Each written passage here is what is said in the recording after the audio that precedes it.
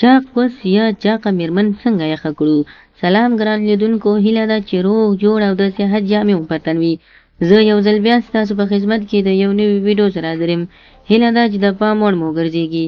تر هر څه دمخه باید یادونه وکړم، که زموږ چینل مو نه وي سبسکرایب کړی نو زموږ چینل سبسکرایب کړئ او په خوا کې ورسره د ګونګړي نشان ووهئ. مننه. له چاقې میرمنې سره په کومه طریقه سیکس یا کوروالی کول ډېرې زیاتې ګټې لري او ولې د چاقې میرمنې انزال طریقه تر ټولو سخته ده. اکثره میرمنې چې د خپل وزن له لحاظه ډېرې درندې وي، د خپل خاوند سره د سیکس پر مهال ډېر زر ستړي کېږي هم او بلکې انزال کېږي هم په ډېر ځنډ سره.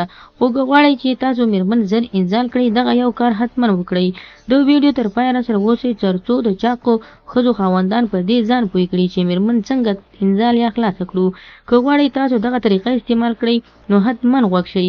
هغه ښځې چې د بدن له لحاظه ډېرې لوړې وي یا ډېرې غټې وي، یعنې بدن غوښې یې چاقې وي، خاوند یې د چتې په شانتې وي او دا سمه غټه لکه د میخې په شانتې وي او هیڅ نشي کولی چې خاوند یې میرمن انزال کړي. د انزال یا د کوروالي پر وخت کې میرمنه زر خسته کېږي یا هم ستړې کېږي، نو کولی شي د چوکۍ څخه تاسو ګټه واخلئ. هغه میرمنې چې چاقې وي د دوه چوکیو څخه ګټه واخلئ چې یوه پښه یې پر یوه او بله یې پر بله کېږدئ. د دې سیکس کولو طریقه داسې ده چې دواړه پښې به د چوکیو په سر کېږدئ او تاسو به د هغه لاندې ورته څملئ.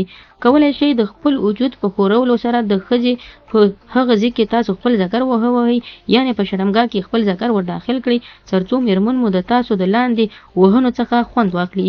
دا داسې ده چې په دې سیکس کولو کې میرمن ستاسو پر شي باندې له پاسه ناسته وي او په دې کې اسانه سیکس کول وي، یعنې اسانه طریقه هم ده او میرمن هم پکې انزال کېږي. د دې سره د انسان یعنې د وجود هغه برخه چې ډېره د شهوت مرحله ورته ضرورت لري یا هم شهوت راپارول کېږي، میرمن زیات خوند اخلي او زر انزال کېږي. نر ورسره تر هغو پورې یو ځای انزال کېږي تر څو چې میرمن نه وي انزال شوي.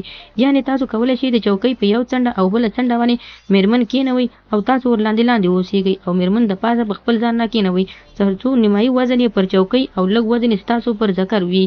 دغه طریقه کولی شئ خپل ځان نه استفاده وکړئ، یعنې خپل ځان وښوروئ تر څو میرمنې ته خوند ورکړي. نو خدای دې وکړي ملګرو چې زموږ د ویډیو څخه غلط مطلب وانخلئ، زموږ ویډیو لایک کړئ، شیر کړئ او زموږ چینل هم سبسکرایب کړئ. مننه.